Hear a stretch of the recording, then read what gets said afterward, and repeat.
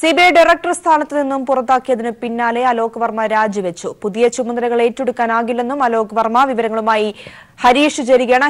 Harish, CBI തലപ്പത്ത് നാടകീയ സംഭവ വികാസങ്ങൾ തുടരുകയാണ് എന്ന് തന്നെ വേണം പറയാൻ. ഇപ്പോൾ ഇത് അവസാനമായി ഡയറക്ടർ സ്ഥാനത്ത് നിന്നും പുറത്താക്കിയതിന് പിന്നാലെ അലോക് വർമ്മ രാജിവെച്ചിരിക്കുകയാണ്. എന്താണ് ഈ രാജിക്ക് കാരണം? ഇതിന്റെ കൂടുതൽ വിവരങ്ങൾ എന്താണ്? പ്രിയ, നാടകീയ സംഭവങ്ങളെല്ലാം തന്നെ അവസാനിക്കുന്നില്ല. സിബിഐ തലപ്പത്ത് പല സംഭവങ്ങളും നടന്നുകൊണ്ടിരിക്കുന്നു.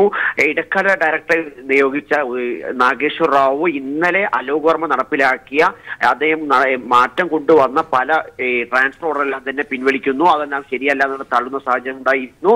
എന്തായാലും ഈ വിഷയത്തിൽ നാടകീയ സംഭവങ്ങളാണ് സിബിഐയുടെ തലപ്പത്ത് ഉണ്ടായിരിക്കുന്നതെന്ന് പറയേണ്ടി വരും. നിലവിൽ രാകേഷ് അസ്താനയുടെ കേസ് തന്നെ ഇന്ന് ഡൽഹി ഹൈക്കോടതി വിധി പറഞ്ഞ സാഹചര്യം ഉണ്ടായിരിക്കുന്നു. അങ്ങനെ നാടകീയ സംഭവങ്ങൾ അരങ്ങേറിക്കൊണ്ടിരിക്കുകയാണ്. നിലവിൽ തന്നെ ഇന്ന് വൈകുന്നേരത്തോടു കൂടി തന്നെയാണ് അദ്ദേഹം അലോക് കുമാർ വർമ്മ രാജിവെച്ചിരിക്കുന്നത്. അദ്ദേഹം വ്യക്തമായി തന്നെ പറയുന്നു, താൻ എന്തായാലും ഇനി ഔദ്യോഗികമായി തന്നെ ജോലിയിൽ പ്രവേശിക്കുന്നില്ല. താൻ എന്തായാലും ഈ തലപ്പത്ത് നിന്ന് തന്നെ മാറ്റിയ നിലപാട് ശരിയായ നിലപാടല്ല. കാരണം തനിക്ക് പറയാനുണ്ടായിരുന്ന ഒരു കാര്യങ്ങളും കേൾക്കാൻ തന്നെ ആരും തയ്യാറായിരുന്നില്ലെന്ന് ചൂണ്ടിക്കാണിച്ചിരുന്നു. ഈ യോഗത്തിൽ ഉന്നതതല സമിതി യോഗത്തിൽ പങ്കെടുത്ത മല്ലികാർജുൻ ഖാർഗെ അദ്ദേഹത്തിന് വേണ്ടി നല്ല വാദങ്ങൾ നടത്തിയിരുന്നു. കാരണം അദ്ദേഹത്തിന് നഷ്ടപ്പെട്ട 77 ദിവസങ്ങൾ തിരിച്ചു നൽകണമെന്നും അതോടൊപ്പം തന്നെ നിലവിൽ അദ്ദേഹത്തിന് പറയാനുള്ള അദ്ദേഹത്തിനെതിരെയുള്ള ആരോപണങ്ങൾ അദ്ദേഹത്തിന് മറുപടി പറയാനുള്ള സമയം നൽകണമെന്നെല്ലാം തന്നെ ആവശ്യപ്പെട്ടിരുന്നു. സുപ്രീം കോടതി വിധി പ്രകാരം 7 ദിവസമായിരുന്നു സമയം നൽകിയത്. 7 ദിവസത്തിനുള്ളിൽ തന്നെ ഉന്നതതല സമിതി യോഗം ചേർന്ന് CVC റിപ്പോർട്ട് പരിശോധിക്കണം, അത് ചർച്ച ചെയ്യണമെന്നുള്ള ഒരു നിലപാടാണ് സുപ്രീം കോടതി സ്വീകരിച്ചത്. പക്ഷേ ആദ്യ ദിവസം കോടതി വിധി വന്ന് പിറ്റേ ദിവസം തന്നെ പ്രധാനമന്ത്രിയുടെ വസതി യോഗം ചേർന്നു. ആ യോഗത്തിൽ തീരുമാനമായില്ലെങ്കിൽ അടുത്ത ദിവസം ഇന്നലെ രാത്രിയോട് ചേർന്ന യോഗത്തിൽ തീരുമാനമായി. ഇന്നലെ യോഗം 4:30 തുടങ്ങിയ യോഗം രാത്രി 7 മണിയോട് കൂടി തന്നെയാണ് അവസാനിച്ചത്. എന്തായാലും അദ്ദേഹം വ്യക്തമായി തന്നെ പറയുന്നു, fire service and home guards director general സ്ഥാനം ഏറ്റെടുക്കാൻ തനിക്ക് താല്പര്യമില്ല. അത് അദ്ദേഹം ഇന്നലെ തന്നെ വ്യക്തമാക്കിയ കാര്യമാണ്. അതിന് പുറമെ തന്നെ തന്റെ പ്രായം fire service and home guards director general ആവാൻ പറ്റിയ പ്രായമല്ല. കാരണം ഈ വിഷയത്തിൽ ഈ CBIയുടെ തലപ്പത്തിരിക്കുക എന്ന് പറയുന്ന ഡയറക്ടർ ജനറൽ ആയിരിക്കുക എന്നുള്ളത് 2 വർഷ കാലാവധിയാണ്. കാരണം വിനീത് നാരായൺ കേസുമായി ബന്ധപ്പെട്ടുകൊണ്ട് തന്നെ അതാണ് വിധി പ്രസ്താവം. 2 വർഷമാണ് ഇവരുടെ കാലാവധി. ആ കാലാവധി പൂർത്തിയാവാൻ ഇനി ദിവസങ്ങൾ മാത്രമേ ഉള്ളൂ. കാരണം ഇന്ന് ജനുവരി 11 ജനുവരി 31 തീയതിയാണ് അദ്ദേഹത്തിന്റെ ഔദ്യോഗിക കാലാവധി പൂർത്തിയാകുന്നത്. അപ്പോൾ അതൊരു 2 വർഷം കാലത്തെ ഒരു ഔദ്യോഗിക പീരീഡ് മാത്രമാണ്. പക്ഷേ എന്തായാലും ഈ fire service and home guards director general സ്ഥാനം ഏറ്റെടുക്കുക നീണ്ട കാലത്തെ ഒരു പ്രവൃത്തിയാണ്. അതുകൊണ്ട് തന്നെ അത് ഏറ്റെടുക്കാൻ താൻ തയ്യാറല്ല. കാരണം തന്റെ പ്രായം അതിന് പറ്റിയതല്ല എന്ന് അദ്ദേഹം കത്തിൽ ചൂണ്ടിക്കാണിക്കുന്നു. ഈ കാര്യം ചൂണ്ടിക്കാണിച്ചുകൊണ്ട് തന്നെ കേന്ദ്ര സർക്കാരിന് ഔദ്യോഗികമായി രാജിവെച്ചു എന്നുള്ള കത്ത് അദ്ദേഹം അയച്ചിട്ടുണ്ട്. തനിക്ക് സ്വാഭാവിക നീതി ലഭിച്ചില്ലെന്നും ആ കത്തിൽ വ്യക്തമായി തന്നെ അദ്ദേഹം ചൂണ്ടിക്കാട്ടുന്നു. കാരണം തനിക്ക് പറയാനുള്ള കാര്യങ്ങൾ, തനിക്കെതിരെ ഉണ്ടായ ത്തോളം ആരോപണങ്ങൾ തന്നെ മറുപടി പറയാൻ തനിക്ക് ഒരു സമയം ലഭിച്ചില്ല, അതിന് വേണ്ട കാര്യങ്ങളൊന്നും തന്നെ ലഭ്യമായില്ല എന്ന് അദ്ദേഹം ചൂണ്ടിക്കാട്ടുന്നുണ്ട്. തനിക്ക് വിശദീകരണം നൽകാൻ പോലും സമയം നൽകിയില്ല എന്നും അദ്ദേഹം പറയുന്നു. എല്ലാ നടപടിക്രമങ്ങളും അട്ടിമറിക്കപ്പെട്ടു എന്ന് അദ്ദേഹം പ്രധാനമായി തന്നെ ചൂണ്ടിക്കാണിക്കുന്നുണ്ട്. അതിൽ തന്നെ പ്രധാനപ്പെട്ട കാര്യം ഈ പറയുന്ന ഭരണഘടനാ സ്ഥാപനമായ CBIയുടെ തലപ്പത്ത് വലിയ വിഷയങ്ങളുണ്ട്, അല്ലെങ്കിൽ ഭരണഘടനാ സ്ഥാപനമായ CBIയിൽ തന്നെ വലിയ വിഷയങ്ങൾ നിലനിൽക്കുന്നു, അല്ലെങ്കിൽ ഇത് RBI ആയാലും CBI ആയാലും എല്ലാ ഭരണഘടനാ സ്ഥാപനങ്ങളിലും കേന്ദ്ര സർക്കാർ കൈകടത്തുന്നതിലൂടെ ഒരു തരത്തിലുള്ള ശരിയായ രീതിയിലല്ല കാര്യങ്ങൾ മുന്നോട്ട് പോകുന്നത് അദ്ദേഹം ഇങ്ങനെ പറയാതെ പറഞ്ഞിരിക്കുകയാണ്. എല്ലാ നടപടിക്രമങ്ങളും അട്ടിമറിക്കപ്പെട്ടു എന്നും അദ്ദേഹം വ്യക്തമായി തന്നെ പറയുന്നുണ്ട്. നിലവിൽ തന്നെ 10ഓളം ആരോപണങ്ങളായിരുന്നു അദ്ദേഹത്തിനെതിരെ ഉണ്ടായത്. ആരോപണങ്ങളിൽ തന്നെ എന്താണ് അദ്ദേഹത്തിന് പറയാനുണ്ടായിരുന്ന ന്യായീകരണങ്ങൾ, അദ്ദേഹത്തിന്റെ വാദം എന്താണെന്ന് കേൾക്കാൻ ആരും തന്നെ തയ്യാറായിരുന്നില്ല. എന്തായാലും CBI തലപ്പിൽ നിന്ന് അദ്ദേഹം രാജിവെച്ചിരിക്കുകയാണ്. പ്രിയ, ഒപ്പം തന്നെ Harish, CBI special director Rakesh അസ്താനയ്ക്കെതിരായ FIR റദ്ദാക്കണമെന്നാവശ്യപ്പെട്ടുള്ള ഹർജി ദില്ലി ഹൈക്കോടതി തള്ളിയിട്ടുണ്ട്. അസ്താനയ്ക്കെതിരായ FIR നിലനിൽക്കുമെന്നും പറഞ്ഞിരിക്കുന്നു. ഇതിന്റെ കൂടി വിശദാംശങ്ങൾ. Priya, CBI special director Rakesh അസ്താനയ്ക്കെതിരായ FIR റദ്ദാക്കില്ലെന്ന് ദില്ലി ഹൈക്കോടതി വ്യക്തമാക്കിയിരിക്കുന്നു. ഡെപ്യൂട്ടി സൂപ്രണ്ട് ദേവേന്ദ്രകുമാർ നൽകിയ ഹർജിയും കോടതി തള്ളി. അസ്താനയ്ക്കും ദേവേന്ദ്രകുമാറിനും എതിരെ അന്വേഷണം 10 ആഴ്ചയ്ക്കകം പൂർത്തിയാക്കണമെന്നും ഇവരെ 2 ആഴ്ചത്തേക്ക് അറസ്റ്റ് ചെയ്തതെന്നും കോടതി ഉത്തരവിട്ടു. മോയിൻ ഖുറേഷി കേസിലെ പ്രതിപട്ടികയിൽ നിന്ന് ഒഴിവാക്കാൻ ഹൈദരാബാദ് സ്വദേശിയിൽ നിന്ന് കോഴ വാങ്ങിയെന്നാണ് ഇരുവർക്കുമെതിരെയുള്ള കേസ്. ആ കേസുമായി ബന്ധപ്പെട്ടുകൊണ്ട് തന്നെ FIR റദ്ദ് ചെയ്യണമെന്നായിരുന്നു അദ്ദേഹത്തിന്റെ ആവശ്യം. അത് കോടതി തള്ളിയിരിക്കുകയാണ്. അദ്ദേഹത്തിന് വ്യക്തമായി തന്നെ അദ്ദേഹത്തിനുള്ളിൽ ഭയമുള്ളത് കൊണ്ട് തന്നെയാണ് അദ്ദേഹം കോടതിയെ സമീപിച്ചത്. കാരണം ഒരു പക്ഷേ സാധാരണഗതിയിൽ ആരെങ്കിലും ഈ ദേശീയ നേതാക്കളായാലും മറ്റു നേതാക്കളാരും തന്നെ ആയാലും ഒരു വിവാദ പ്രശ്നം ഉണ്ടാവുമ്പോൾ അല്ലെങ്കിൽ കേസ് രജിസ്റ്റർ ചെയ്യുമ്പോൾ രജിസ്റ്റർ ചെയ്യട്ടെ, അന്വേഷണം പുരോഗമിക്കട്ടെ, കോടതിയിൽ വാദം നടക്കട്ടെ എന്നുള്ള നിഗമനത്തിലാണ് എല്ലാവരും സ്വീകരിക്കാറ്. പക്ഷേ അദ്ദേഹത്തിനുള്ളിൽ ഭയമുള്ളത് കൊണ്ട് തന്നെ ഈ FIR രജിസ്റ്റർ ചെയ്യണമെന്ന് ആവശ്യപ്പെട്ട് രജിസ്റ്റർ ചെയ്ത FIR റദ്ദ് ചെയ്യണമെന്ന് ആവശ്യപ്പെട്ടുകൊണ്ട് തന്നെ അദ്ദേഹം കോടതിയെ സമീപിക്കുന്ന സാഹചര്യം. പക്ഷേ കോടതി വ്യക്തമായി തന്നെ പറയുന്നു, FIR രജിസ്റ്റർ ചെയ്തിട്ടുണ്ടെങ്കിൽ അന്വേഷണം നടക്കണം, അന്വേഷണം 10 ആഴ്ചക്കുള്ളിൽ തന്നെ അന്വേഷണം പൂർത്തിയാക്കണം. അതിന് നിർദ്ദേശം CBIക്ക് നൽകുകയും ചെയ്തു. അതുകൊണ്ട് തന്നെ കോടതിയുടെ നിർദ്ദേശപ്രകാരം ഉള്ളത് കൊണ്ട് തന്നെ ഇനി അന്വേഷണം ശരിയായ രീതിയിൽ തന്നെ പെട്ടെന്ന് തന്നെ അവസാനിക്കുമെന്ന് നമുക്ക് വിചാരിക്കാം. മാംസ കയറ്റുമതി വ്യവസായ മോയിൻ ഖുറേഷിക്കെതിരായ കള്ളപ്പണം വെളുപ്പിക്കൽ കേസിൽ പേര് പരാമർശിക്കാതിരിക്കാൻ ഹൈദരാബാദ് സ്വദേശിയായ സതീഷ് സനയിൽ നിന്ന് 2 കോടി രൂപ കൈക്കൂലി വാങ്ങിയതാണ് കേസ്. ഇത് ഗഡുക്കളായി തന്നെ 10 മാസം ഘട്ടമായി തന്നെയാണ് അദ്ദേഹം പൈസ വാങ്ങിയത് സതീഷ് സന വ്യക്തമാക്കുന്നുണ്ട്. അപ്പൊ എന്തായാലും അതിൽ തന്നെ ഒരു ഉൾഭയം രാകേഷ് അസ്താനയ്ക്ക് ഉണ്ട് എന്ന് പറയേണ്ടി വരും. നരേന്ദ്രമോദിയുടെ ഏറ്റവും വലിയ അടുത്ത ഒരു അനുയായി തന്നെയാണ് ഇദ്ദേഹം. ഏറ്റവും കൂടുതൽ ബന്ധമുള്ള വ്യക്തിയാണ് രാകേഷ് അസ്താന. അങ്ങനെ നോക്കുമ്പോൾ കോൺഗ്രസ് ശക്തമായി തന്നെയുള്ള പ്രതിഷേധ പരിപാടികളടക്കം സംഘടിപ്പിച്ചുകൊണ്ട് മുന്നോട്ട് പോകാൻ വേണ്ടി തീരുമാനിക്കുകയാണ്. കാരണം അലോക് കുമാർ വർമ്മ CBI ഡയറക്ടർ ആയിരുന്ന സമയത്ത് തന്നെ ഈ റഫേൽ വിഷയവുമായി ബന്ധപ്പെട്ട് നരേന്ദ്രമോദിക്കെതിരെ FIR രജിസ്റ്റർ ചെയ്തുകൊണ്ട് തന്നെ അതിലൊരു അന്വേഷണം നടത്താൻ വേണ്ടി തീരുമാനിച്ചിരുന്നു എന്നൊരു നിലപാട് വന്നിരുന്നു. ആ ഘട്ടത്തിൽ എത്തിയോടുകൂടി തന്നെയാണ് ഒരു അർദ്ധരാത്രി ഒക്ടോബർ 23 അർദ്ധരാത്രിയോട് കൂടി തന്നെ അലോക് കുമാർ വർമ്മ സ്ഥലം മാറ്റുന്ന സാഹചര്യം ഉണ്ടായത്, അദ്ദേഹത്തെ നിർബന്ധപൂർവ്വം അവധി പ്രവേശിപ്പിക്കുന്ന സാഹചര്യം ഉണ്ടായത്. അതുകൊണ്ട് തന്നെ ഇങ്ങനെയുള്ള വിഷയങ്ങളെല്ലാം തന്നെ ചൂണ്ടിക്കാണിച്ചുകൊണ്ട് റഫേലും അലോക് കുമാറിന്റെ വിഷയം രാകേഷ് അസ്താന്റെ വിഷയങ്ങളും ചൂണ്ടിക്കാണിച്ചുകൊണ്ട് തന്നെ 2019 ലോക്സഭാ തെരഞ്ഞെടുപ്പിനെ നേരിടാണ് കോൺഗ്രസ് തീരുമാനിച്ചിരിക്കുന്നത്. എന്തായാലും ഈ ആവശ്യപ്പെട്ടുകൊണ്ട് CBI സ്പെഷ്യൽ ഡയറക്ടർ രാകേഷ് അസ്താനയും അതുപോലെ തന്നെ സൂപ്രണ്ട് ദേവേന്ദ്ര കുമാറും നൽകിയ ആവശ്യം ദില്ലി ഹൈക്കോടതി തള്ളിയിരിക്കുകയാണ്. ഈ പറയുന്ന FIR റദ്ദ് ചെയ്യാൻ വേണ്ടി സാധിക്കുകയില്ല. 10 ആഴ്ചക്കകം അന്വേഷണം പൂർത്തീകരിക്കണം. അതുപോലെ തന്നെ അതിനിടയ്ക്ക് തന്നെ 2 ആഴ്ച ഇവരെ അറസ്റ്റ് ചെയ്യാൻ പാടില്ലെന്നും കോടതി നിർദ്ദേശിച്ചിരിക്കുന്നു. പ്രിയ, ശരി, വിവരങ്ങളാണ് ഹരീഷ് നൽകിയത്. മാധ്യമപ്രവർത്തകൻ രാംചന്ദർ ഛത്രപതിയുടെ കൊലപാതക കേസിൽ വിവാദ ആൾദൈവം ഗുർമീത് റാം റഹീം സിംഗ് കുറ്റക്കാരനാണെന്ന് കോടതി. ഈ മാസം 17-ന് പഞ്ച്കുള CBI പ്രത്യേക കോടതി ഗുർമീതിന് ശിക്ഷ വിധിക്കും. പുരാസച്ച് ദിനപത്രത്തിന്റെ എഡിറ്ററായിരുന്ന രാംചന്ദർ 2002-ലാണ് കൊല്ലപ്പെടുന്നത്. പഞ്ച്കുള പ്രത്യേക CBI കോടതി ജഡ്ജി ജഗദീപ് സിംഗാണ് ഗുർമീത് റാം റഹീം സിംഗ് കൊലപാതക കേസിൽ കുറ്റക്കാരനാണെന്ന് വിധിച്ചിരിക്കുന്നത്. ബലാത്സംഗ കേസിൽ ഇപ്പോൾ ജയിലിൽ കഴിയുന്ന ഗുർമീതിന് വിധി കേൾക്കാൻ സിർസ ജയിലിൽ വീഡിയോ കോൺഫറൻസ് സൗകര്യം ഒരുക്കിയിരുന്നു. 2006-ലാണ് രാംചന്ദ്ര ഛത്രപതിയുടെ കൊലപാതക കേസ് CBI ഏറ്റെടുത്തത്. നീണ്ട 12 വർഷത്തിനു ശേഷമാണ് കേസിൽ വിധി വന്നിരിക്കുന്നത്. ഗുർമീതിന്റെ സിർസയിലുള്ള ആശ്രമത്തിൽ സ്ത്രീകളെ ബലാത്സംഗത്തിന് ഇരയാക്കുന്നുണ്ടെന്ന വാർത്ത പുറത്തുവിട്ടതിന്റെ പ്രതികാരത്തിനാണ് ഛത്രപതിയെ കൊലപ്പെടുത്തിയതെന്നാണ് CBIയുടെ കണ്ടെത്തൽ. ഇതിനുവേണ്ട തെളിവുകളും CBI കോടതിയിൽ നിരത്തിയിരുന്നു. ബലാത്സംഗ കേസിൽ കുറ്റക്കാരനാണെന്ന് കണ്ടെത്തിയ റാം റഹീം സിംഗിന് 2017-ൽ 20 വർഷമാണ് കോടതി ശിക്ഷ വിധിച്ചിരുന്നത്. അന്ന് വിവാദ ആൾദൈവത്തിന്റെ അനുയായികൾ നടത്തിയ കലാപത്തിൽ 30-ലധികം ആളുകൾ കൊല്ലപ്പെട്ടിരുന്നു. പഞ്ചാബിലും ഹരിയാനയിലും വിധി പ്രസ്താവത്തിന് മുമ്പ് കനത്ത സുരക്ഷ ഒരുക്കിയിരുന്നു. News bureau, Delhi. കോൺഗ്രസിനെ ഒഴിവാക്കി ഉത്തർപ്രദേശിൽ മഹാസഖ്യത്തിന് BSP SP ധാരണ. മഹാസഖ്യ പ്രഖ്യാപനം അഖിലേഷ് യാദവും മായാവതിയും നാളെ നടത്തും. ഇരു പാർട്ടികളും 37 സീറ്റിൽ വീതവും RLD 2 സീറ്റിലും മത്സരിക്കും. NDAയുമായി ഇടഞ്ഞു നിൽക്കുന്ന ഘടകകക്ഷികൾക്കായി സഖ്യം വാതിൽ തുറന്നേക്കും. കോൺഗ്രസിനെ ഒഴിവാക്കി ഉത്തർപ്രദേശിൽ പൊതുതെരഞ്ഞെടുപ്പ് നേരിടാനാണ് SP BSP അന്തിമ ധാരണ. മായാവതിയും അഖിലേഷ് യാദവും നടത്തിയ മാരത്തൺ ചർച്ചകൾക്കൊടുവിലാണ് മഹാസഖ്യ രൂപീകരണത്തിലും സീറ്റ് വിഭജനത്തിലും അന്തിമ തീരുമാനമായത്. ഇത് സംബന്ധിച്ച ഔദ്യോഗിക പ്രഖ്യാപനം ഇരുവരും നാളെ ലക്നൌവിൽ നടത്തും.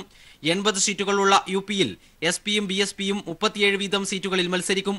അജിത് സിംഗിന്റെ RLDക്ക് കൈരാന ഉൾപ്പെടെ 2 സീറ്റ് നൽകും. കോൺഗ്രസിനെ സഖ്യത്തിന്റെ ഭാഗമാക്കില്ലെങ്കിലും സോണിയയുടെ മണ്ഡലമായ റായ്ബറേലിയിലും രാഹുലിന്റെ മണ്ഡലമായ അമേഠിയിലും സഖ്യം സ്ഥാനാർത്ഥികളെ നിർത്തില്ല. NDAയുമായി ഇടഞ്ഞു നിൽക്കുന്ന ഘടകകക്ഷികൾക്കായി മഹാസഖ്യം വാതിൽ തുറന്നേക്കും. ഓം പ്രകാശ് രാജ്ഭറിന്റെ സുഹൽദേവ് പാർട്ടിക്ക് 1 സീറ്റ് നൽകുകയും അപ്നാദളിന്റെ 1 സീറ്റിൽ സ്ഥാനാർത്ഥിയെ നിർത്താതിരിക്കാനും സഖ്യം തയ്യാറാകും. പ്രധാനമന്ത്രി നരേന്ദ്രമോദിയുടെ മണ്ഡലമായ വാരണാസിയിൽ മഹാസഖ്യത്തിന്റെ സംയുക്ത സ്ഥാനാർത്ഥിയെ മത്സരിപ്പിക്കാനും തീരുമാനമായിട്ടുണ്ട്. സഖ്യത്തിൽ ഉൾപ്പെടുത്താത്ത സാഹചര്യത്തിൽ സ്വന്തം നിലയിൽ മത്സരിക്കാനാണ് കോൺഗ്രസിന്റെ ആലോചന. കോൺഗ്രസിനെ എഴുതിത്തള്ളേണ്ടതില്ലെന്നും സംസ്ഥാനത്ത് കോൺഗ്രസ് ശക്തമായ തിരിച്ചുവരവ് നടത്തുമെന്നുമുള്ള നിലപാടിലാണ് പാർട്ടി. 2014 ലോക്സഭാ തെരഞ്ഞെടുപ്പിൽ BJPക്ക് 71 സീറ്റുകൾ ലഭിച്ച ഉത്തർപ്രദേശിൽ മഹാസഖ്യം വരുന്നതോടെ ലോക്സഭാ തെരഞ്ഞെടുപ്പിൽ BJPക്ക് കാര്യങ്ങൾ എളുപ്പമാകില്ലെന്ന് വ്യക്തമായി. News bureau, Delhi. ലോക്സഭാ തീയതി പ്രഖ്യാപിക്കാനുള്ള മുന്നൊരുക്കങ്ങൾ വിലയിരുത്താൻ കേന്ദ്ര തെരഞ്ഞെടുപ്പ് കമ്മീഷന്റെ യോഗം ദില്ലിയിൽ ആരംഭിച്ചു. 2014-ന് സമാനമായ രീതിയിൽ 9 ഘട്ടമായി തെരഞ്ഞെടുപ്പ് നടത്തണമോ എന്ന കാര്യത്തിലും ചർച്ച നടക്കും. ഇന്നും നാളെയുമായി 2 ദിവസമാണ് യോഗം. ആദ്യഘട്ട വോട്ടെടുപ്പ് നടക്കുന്നതിന് 72 മണിക്കൂർ മുൻപ് രാഷ്ട്രീയ പാർട്ടികൾ പ്രകടന പത്രിക പുറത്തിറക്കണമെന്നും തെരഞ്ഞെടുപ്പ് കമ്മീഷൻ നിർദ്ദേശം നൽകിയേക്കും. 5 മാസത്തിനുള്ളിൽ പുതിയ സർക്കാർ കേന്ദ്രത്തിൽ സത്യപ്രതിജ്ഞ ചെയ്യാനുള്ള ഒരുക്കങ്ങൾക്ക് തുടക്കമിടുന്ന നിർണായക യോഗമാണ് കേന്ദ്ര തെരഞ്ഞെടുപ്പ് കമ്മീഷൻ നടത്തുന്നത്. എല്ലാ സംസ്ഥാന തെരഞ്ഞെടുപ്പ് കമ്മീഷണർമാരും സന്നിഹിതരായ യോഗത്തിൽ ജനപ്രാതിനിധ്യ നിയമത്തിലെ ചട്ടങ്ങളിൽ മാറ്റം, ലോക്സഭാ വോട്ടിംഗ് ഘട്ടങ്ങൾ എന്നിവയാണ് ചർച്ചാ വിഷയം. 2014 9 ഘട്ടമായാണ് പൊതുതെരഞ്ഞെടുപ്പ് നടന്നത്. സമാനമായ രീതിയിൽ ഇത്തവണയും തെരഞ്ഞെടുപ്പ് നടത്തണമോ എന്ന കാര്യത്തിലും തീരുമാനമെടുക്കും. തെരഞ്ഞെടുപ്പ് ചട്ടത്തിലെ മാറ്റങ്ങൾ സംബന്ധിച്ച് ഡെപ്യൂട്ടി ഇലക്ഷൻ കമ്മീഷണർ ഉമേഷ് സിൻഹയുടെ നേതൃത്വത്തിലുള്ള 14-അംഗ സമിതി തയ്യാറാക്കിയ റിപ്പോർട്ട് കഴിഞ്ഞ ദിവസം മുഖ്യ തെരഞ്ഞെടുപ്പ് കമ്മീഷണർക്ക് സമർപ്പിച്ചിരുന്നു. ആദ്യഘട്ട വോട്ടെടുപ്പിന് 72 മണിക്കൂറിന് മുമ്പ് രാഷ്ട്രീയ പാർട്ടികൾ പ്രകടന പത്രിക പുറത്തിറക്കണമെന്നതാണ് പ്രധാന നിർദ്ദേശം. 2014 തെരഞ്ഞെടുപ്പ് സമയത്ത് ആദ്യഘട്ട വോട്ടിംഗ് നടക്കുമ്പോഴാണ് BJP പ്രകടന പത്രിക പുറത്തിറക്കിയത്. ഇത് ഏറെ വിവാദമായിരുന്നു. വോട്ടർമാരെ സ്വാധീനിക്കുന്ന നടപടിയാണെന്ന് ചൂണ്ടിക്കാട്ടി മറ്റു പാർട്ടികൾ കമ്മീഷനെ സമീപിക്കുകയും ചെയ്തു. നിശബ്ദ പ്രചാരണ സമയത്ത് സ്ഥാനാർത്ഥികൾ മാധ്യമങ്ങൾക്ക് അഭിമുഖം നൽകുന്നത് നിരോധിക്കണം, ഈ സമയത്ത് വോട്ടർമാരെ നേരിട്ട് കാണുന്ന നിർത്തണം തുടങ്ങിയ നിർദ്ദേശങ്ങളും റിപ്പോർട്ടിലുണ്ട്. 2 ദിവസമായി നടക്കുന്ന യോഗത്തിൽ കേന്ദ്ര തെരഞ്ഞെടുപ്പ് കമ്മീഷൻ ഇക്കാര്യത്തിൽ അന്തിമ തീരുമാനം കൈക്കൊള്ളും. News bureau, Delhi. കേന്ദ്രത്തിൽ ഭരണമാറ്റത്തിന് കോൺഗ്രസ് ഒറ്റയ്ക്ക് വിചാരിച്ചാൽ നടക്കില്ലെന്ന് AK ആന്റണി. കേരളത്തിലെ പരമ്പരാഗത വോട്ടുകൾ കോൺഗ്രസിന് നഷ്ടമായെന്നും സഹകരിക്കാൻ കഴിയുന്നവരുമായി ധാരണയുണ്ടാക്കുമെന്നും AK ആന്റണി പറഞ്ഞു. തിരുവനന്തപുരത്ത് KPCC ഭാരവാഹികളുടെ സംയുക്ത യോഗത്തിലാണ് AK ആന്റണി ഇക്കാര്യങ്ങൾ പറഞ്ഞത്. ആസന്നമായ ലോക്സഭാ തെരഞ്ഞെടുപ്പിന് മുൻപേ പുതിയ ഭാരവാഹികളെ ഗ്രൂപ്പിനതീതമായി തിരഞ്ഞെടുക്കാൻ കഴിയാത്ത സാഹചര്യത്തിൽ വിവിധ കമ്മിറ്റികൾ രൂപീകരിച്ച് പ്രവർത്തനം മുൻപോട്ട് കൊണ്ടുപോകാനാണ് KPCCയുടെ തീരുമാനം. ഡൽഹിയിൽ നടന്ന ചർച്ചയിൽ പുതുമുഖങ്ങളെ ജനറൽ സെക്രട്ടറി സ്ഥാനത്തേക്ക് പരിഗണിച്ച് പ്രവർത്തനം ശക്തമാക്കാനായിരുന്നു ഹൈക്കമാൻഡ് നിർദ്ദേശിച്ചിരുന്നത്. എന്നാൽ K ബാബുവിനെയും ഡൊമിനിക് പ്രസന്റേഷനെയും ജനറൽ സെക്രട്ടറി സ്ഥാനത്തേക്ക് പരിഗണിക്കണമെന്ന് ഉമ്മൻചാണ്ടിയും ശരത്ചന്ദ്ര പ്രസാദിനായി ചെന്നിത്തലയും നിലപാട് കടുപ്പിച്ചതാണ് പുനഃസംഘടന ത്രിശങ്കുവിലായത്. പാർട്ടിയെ തെരഞ്ഞെടുപ്പിന് തയ്യാറാക്കുന്നതിന്റെ ഭാഗമായി വിളിച്ചു ചേർത്ത യോഗത്തിൽ കേന്ദ്ര നേതൃത്വത്തിന്റെ തീരുമാനങ്ങൾ കടുത്തതാകുമെന്ന സൂചന പ്രവർത്തക സമിതി അംഗം AK ആന്റണി എടുത്തു പറഞ്ഞു. ഫെബ്രുവരിയിൽ ലോക്സഭാ സ്ഥാനാർത്ഥികളെ പ്രഖ്യാപിക്കുമെന്ന് പറഞ്ഞ ആന്റണി ചില നേതാക്കൾ ചുറ്റുമിരുന്ന് സ്ഥാനാർത്ഥിയെ തീരുമാനിക്കുന്ന രീതി ഇനി ഉണ്ടാവില്ലെന്നും വ്യക്തമാക്കി. പലപ്പോഴും സ്ഥാനാർത്ഥികൾ നിർണ്ണയിക്കുന്നത് തെരഞ്ഞെടുപ്പിന്റെ അവസാന മുഹൂർത്തത്തിലാണ്. അതും മുകൾ പരപ്പിലുള്ള ഏതാനും നേതാക്കന്മാർ കൂടിയിരുന്ന് സ്ഥാനാർത്ഥികൾ നിശ്ചയിക്കുന്ന ഒരു പതിവ് അത് ഇന്ത്യയിൽ ഇനി ഉണ്ടാകാൻ പോകുന്നില്ല. രാഹുൽ ഗാന്ധി ഒറ്റയ്ക്ക് ഭരണമാറ്റം സാധ്യമാകില്ലെന്ന് തിരിച്ചറിയുന്ന കോൺഗ്രസ് പ്രാദേശിക പാർട്ടികളുമായി സംസ്ഥാനങ്ങളിൽ സഹകരണം ഉണ്ടാക്കുമെന്നും ആന്റണി പറഞ്ഞു. കോൺഗ്രസ് ഒറ്റയ്ക്ക് മാത്രം വിചാരിച്ചാൽ ഈ ഭരണം അവസാനിപ്പിക്കാൻ കഴിയില്ലെന്ന് നമുക്കറിയാം. കോൺഗ്രസുമായി സഹകരിക്കാൻ തയ്യാറുള്ള പാർട്ടികളുമായി യോജിച്ചുകൊണ്ട് അവിടെയെല്ലാം ഇലക്ഷൻ മുമ്പ് തന്നെ ഐക്യധാരണയുണ്ടാക്കാനാണ് ഒരു ഭാഗത്ത് നടക്കുന്നത്. അതേസമയം മക്കൾ രാഷ്ട്രീയത്തിനെതിരെ K കരുണാകരനെ കുരിശിലെത്തിയ ആന്റണി സ്വന്തം മകനെ കൈപിടിച്ചുയർത്തിയതിനെതിരെ കോൺഗ്രസിൽ ശക്തമായ എതിർപ്പുകളാണ് ഉയരുന്നത്. യുവാക്കളുടെ ഈ എതിർപ്പായിരിക്കും കോൺഗ്രസിന് വരും ദിവസങ്ങളിൽ തലവേദന സൃഷ്ടിക്കുക. News bureau, Thiruvananthapuram. BJP ദേശീയ കൌൺസിൽ യോഗം ദില്ലിയിൽ പുരോഗമിക്കുന്നു. ലോക്സഭാ തെരഞ്ഞെടുപ്പിന്റെ മുന്നൊരുക്കങ്ങൾക്കായാണ് യോഗം ചേരുന്നത്. രാജ്യത്തിന്റെ വിവിധ ഭാഗങ്ങളിൽ നിന്നുള്ള 12,000-ഓളം പ്രതിനിധികൾ 2 ദിവസം നീണ്ടുനിൽക്കുന്ന കൌൺസിലിൽ പങ്കെടുക്കും. രാംലീല മൈതാനിൽ നടക്കുന്ന കൌൺസിൽ യോഗത്തിൽ പ്രധാനമന്ത്രി നരേന്ദ്രമോദിയും പാർട്ടി അധ്യക്ഷൻ അമിത്ഷായും പ്രതിനിധികളെ അഭിസംബോധന ചെയ്യും. വൈകിട്ട് ദേശീയ നിർവാഹക സമിതി യോഗത്തിൽ ദേശീയ അധ്യക്ഷൻ അമിത്ഷാ പ്രസംഗിക്കും. നാളെ രാവിലെ മുതൽ നടക്കുന്ന ദേശീയ കൌൺസിൽ യോഗത്തിൽ പ്രധാനമന്ത്രി മുഴുവൻ സമയവും പങ്കെടുക്കും. വിവിധ സംസ്ഥാനങ്ങളിലെ തെരഞ്ഞെടുപ്പ് സഖ്യം, ലോക്സഭാ മണ്ഡലങ്ങളിലെ പ്രവർത്തനങ്ങൾ, തെരഞ്ഞെടുപ്പ് തന്ത്രം എന്നിവ കൌൺസിലിൽ ചർച്ചയാകും. മകരവിളക്ക് കാലത്ത് ശബരിമല സന്ദർശിക്കാൻ ജാമ്യവ്യവസ്ഥയിൽ ഇളവ് തേടി ഹൈക്കോടതിയെ സമീപിച്ച BJP നേതാവ് K സുരേന്ദ്രന്റെ തിരിച്ചടി. ശബരിമലയിൽ സ്ഥിതിഗതികൾ ശാന്തമാണെന്നും അത് നശിപ്പിക്കാനാണോ പോകുന്നതെന്നും ഹർജി പരിഗണിക്കവേ ജസ്റ്റിസ് രാജ വിജയരാഘവൻ വാക്കാൽ ആരാഞ്ഞു. ശബരിമലയിലെ സമാധാന അന്തരീക്ഷം തകർക്കാനുള്ള ശ്രമമാണെന്നും സുരേന്ദ്രന് ഇളവ് അനുവദിക്കരുതെന്നും പോലീസ് വാദിച്ചു. പത്തനംതിട്ട ജില്ലയിൽ പ്രവേശിക്കരുതെന്ന കർശന ഉപാധിയോടെയായിരുന്നു BJP നേതാവ് K സുരേന്ദ്രന് ഹൈക്കോടതി മുൻപ് ജാമ്യം അനുവദിച്ചത്. ഈ ഉപാധിയിൽ ഇളവ് ആവശ്യപ്പെട്ടാണ് സുരേന്ദ്രൻ ഇപ്പോൾ ഹൈക്കോടതിയെ സമീപിച്ചിരിക്കുന്നത്. മകരവിളക്കിനോടനുബന്ധിച്ച് സന്നിധാനത്തെത്താൻ അനുവദിക്കണമെന്നാണ് ഹർജിയിലെ ആവശ്യം. ഹർജി പരിഗണിക്കവെയാണ് സുരേന്ദ്രനെതിരെ കടുത്ത പരാമർശങ്ങൾ കോടതി നടത്തിയത്. ശബരിമലയിൽ സ്ഥിതിഗതികൾ ഇപ്പോൾ ശാന്തമാണെന്നും അത് നശിപ്പിക്കാനാണോ പോകുന്നതെന്നുമായിരുന്നു ഹർജി പരിഗണിച്ച ജസ്റ്റിസ് രാജ വിജയരാഘവന്റെ ചോദ്യം. സുരേന്ദ്രന്റെ ഹർജിയെ പോലീസ് ശക്തമായി എതിർത്തു. ഒരു കാരണവശാലും സുരേന്ദ്രന് ഇളവ് അനുവദിക്കരുതെന്നും ശബരിമലയിലെ ക്രമസമാധാന അന്തരീക്ഷം തകർക്കാനാണ് ശ്രമമെന്നും പോലീസ് നിലപാടെടുത്തു. ഹർജി അടുത്ത തിങ്കളാഴ്ച പരിഗണിക്കുന്നതിനായി മാറ്റി. അന്ന് സർക്കാർ നിലപാടറിയിക്കണം. സന്നിധാനത്ത് പേരക്കുട്ടിയുടെ ചോറൂണിനെത്തിയ 52-കാരിയെ ആക്രമിച്ച കേസിലായിരുന്നു സുരേന്ദ്രൻ ജയിലിലായതും പിന്നീട് കോടതി കർശന ഉപാധികളോടെ ജാമ്യം അനുവദിച്ചതും. News bureau, Kochi. മതസൗഹാർദ്ദത്തിന്റെ വിളംബരവുമായി ചരിത്രപ്രസിദ്ധമായ എരുമേലി പേട്ടതുള്ളൽ നടന്നു. അയ്യപ്പൻ മഹിഷിയെ കൊന്നതിലുള്ള സന്തോഷ പ്രകടനമാണ് പേട്ടതുള്ളലെന്നാണ് ഐതിഹ്യം. ചെറിയ ധർമ്മശാസ്ത്ര ക്ഷേത്രത്തിൽ നിന്ന് വലിയ ധർമ്മശാസ്ത്ര ക്ഷേത്രത്തിലേക്ക് അമ്പലപ്പുഴ ആലങ്ങാട്ട് സംഘങ്ങളാണ് പേട്ടതുള്ളിയത്. ആകാശത്ത് കൃഷ്ണപരുന്ത് പ്രത്യക്ഷപ്പെട്ടപ്പോഴാണ് സമൂഹ പെരിയോൻ ചന്ദ്രശേഖരൻ നായരുടെ നേതൃത്വത്തിലുള്ള അമ്പലപ്പുഴ സംഘം ആദ്യം പേട്ടതുള്ളിയത്.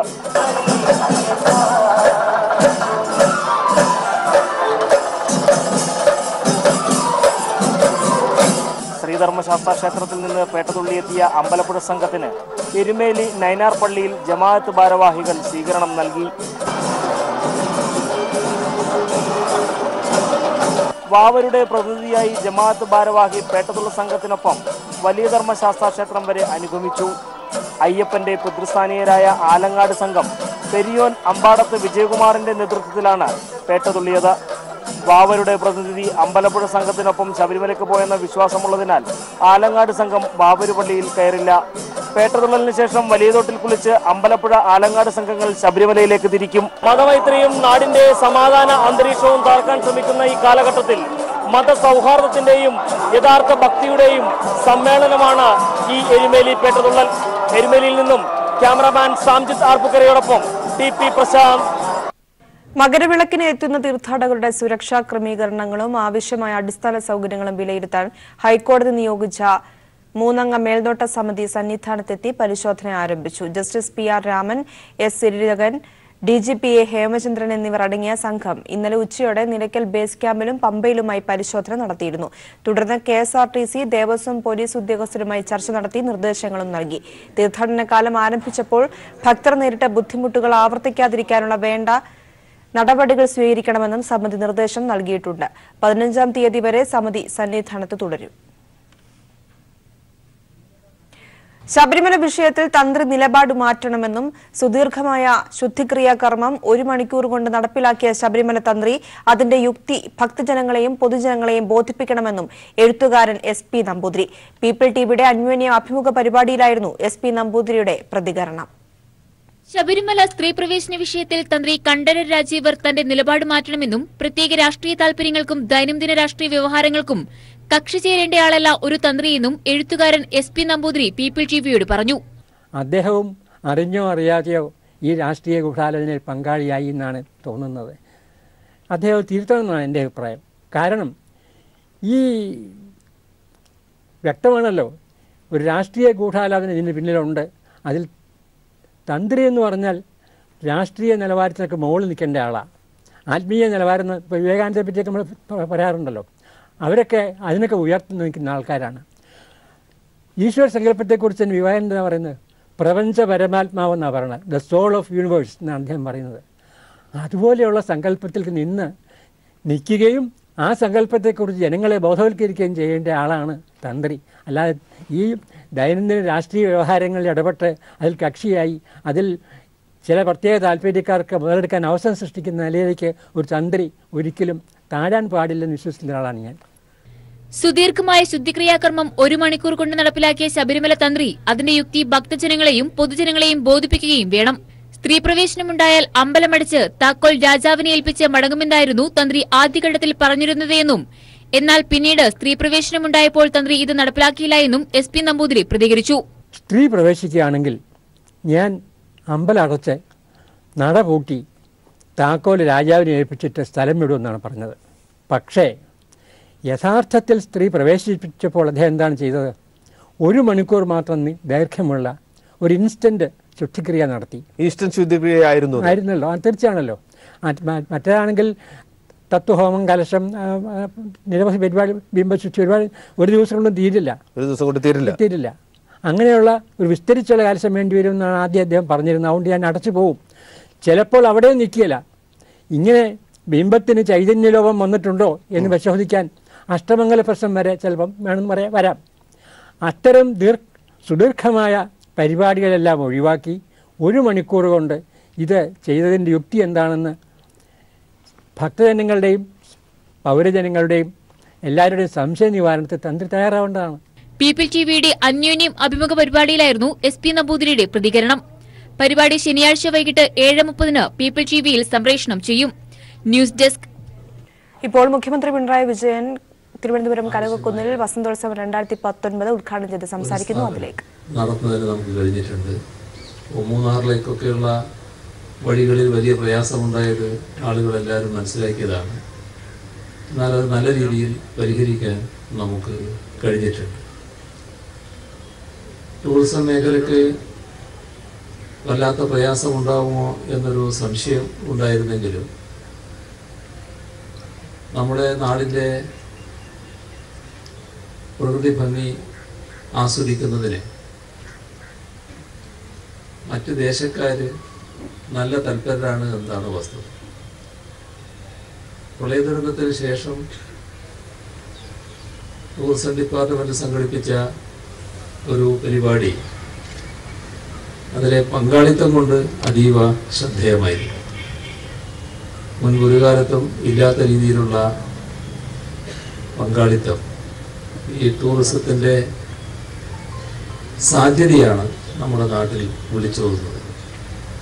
എറണാകുളത്ത് സംഘടിപ്പിച്ച ഒരു പരിപാടിയാണ് ഉദ്ദേശിക്കുന്നത്. അപ്പോൾ നല്ല രീതിയിൽ പരിപാടികൾ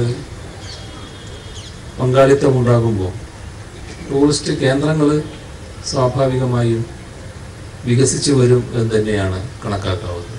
അതിനനുസൃതമായ നടപടികൾ സംസ്ഥാന സർക്കാരും സ്വീകരിച്ചു പോകുന്നുണ്ട്. ടൂറിസ്റ്റ് കേന്ദ്രങ്ങളുടെ നല്ല രീതിയിലുള്ള വികാസമാണ് ലക്ഷ്യമിടുന്നത്. ടൂറിസ്റ്റ് കേന്ദ്രങ്ങളുടെ വികാസം എന്ന് പറയുമ്പോൾ ടൂറിസ്റ്റുകളായിട്ട് വരുന്നവർ നമ്മുടെ അതിഥികളാണ്. നല്ല രീതിയിലുള്ള ആതിഥ്യ മര്യാദ പാലിച്ചു പോരുന്നവരാണ് നമ്മുടെ നാട്ടുകാർ പൊതുവെ. അവർക്ക് വേണ്ട എല്ലാ സൗകര്യങ്ങളും ഒരുക്കി കൊടുക്കുക എന്നത് ഏറ്റവും പ്രധാനമാണ്. അതുകൊണ്ടാണ് ടൂറിസ്റ്റുകൾക്ക് മറ്റ് യാതൊരു തരത്തിലുള്ള ബുദ്ധിമുട്ടും ഉണ്ടാകരുത് എന്ന് പൊതുവെ നമ്മളെല്ലാവരും കണക്കാക്കുന്നത്. പക്ഷെ അടുത്ത കാലത്തുണ്ടായ ചില പ്രശ്നങ്ങൾ, പ്രത്യേകിച്ച് അടിക്കടി ഉണ്ടായ ചില ഹർത്താലുകൾ, അത് ചെറിയ തോതിലുള്ള പ്രയാസം സൃഷ്ടിച്ചിട്ടുണ്ട്.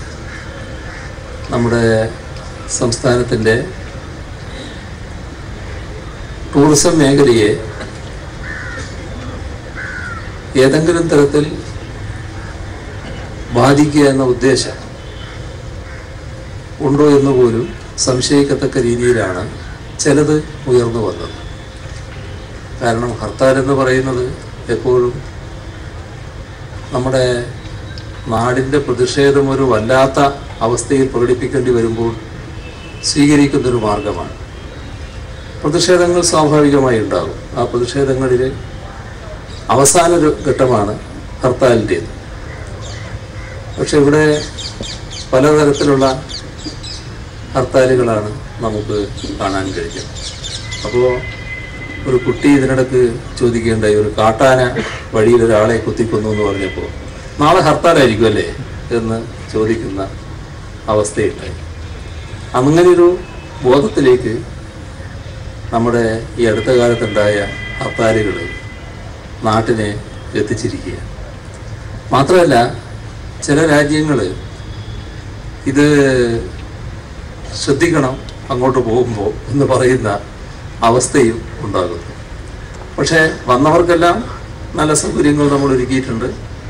നല്ല ആതിഥ്യ മര്യാദ അവർക്ക് അനുഭവപ്പെട്ടിട്ടുണ്ട്. പ്രയാസങ്ങൾ ഇല്ലാതെ പോകുന്നതിന് എല്ലാവരും ശ്രദ്ധിച്ചിട്ടുണ്ട്. ഇത് നാം നല്ല നിലക്ക് തന്നെ മുന്നോട്ട് കൊണ്ടുപോകേണ്ടതായിട്ടുണ്ട്. നമ്മുടെ സംസ്ഥാനത്തിൻ്റെ വലിയ സാധ്യതകളിൽ ഒരു മേഖലയാണ് ടൂറിസം എന്ന് നാം കണക്കാക്കുന്നത്.